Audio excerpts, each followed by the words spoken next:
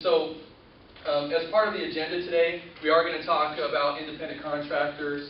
What does that mean? Are you an independent contractor or are you an employee? How do you know? Exempt versus, and if you are an employee, well, what are you? Are you an exempt employee or are you a non-exempt employee? And really, exempt is, we say salary, and the non-exempt, are hourly individuals. Meals and rest periods, we had that Brinker case that we went through about a year and a half, 2 years ago, where a decision was made on exactly how employees need to have breaks made available to them and what the consequences are with not providing that.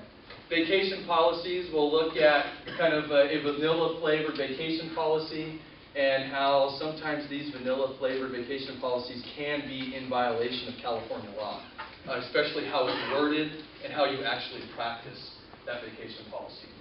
And then, really, why have the employee handbook? It helps spells a lot of this stuff out. It helps make sure that employees understand, how does my employer treat a vacation policy? So that way, again, it mitigates the risk. It makes it so that, well, if I have an employee handbook and my employee signed it, okay, you're signing that you understand the policies of this organization and how we have disciplinary actions based on X, Y, and Z reasons.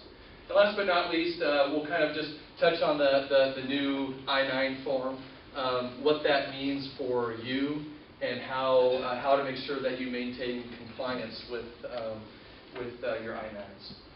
So, like was mentioned, if you do have questions or if you have experiences, especially if you work day-to-day HR operations, there's value added to this meeting because, like we mentioned, no two experiences are the same, and you can go before sometimes a judge who gives a verdict, and you'll be like, well, wait a second, two weeks ago I had a similar situation and it was a different verdict, and you kind of wonder why is this happening? HR, in some areas there are these gray areas that you kind of have to go, what will be the most beneficial to the employee to make sure that I stay out of hot water if there's ever a question as to my practice?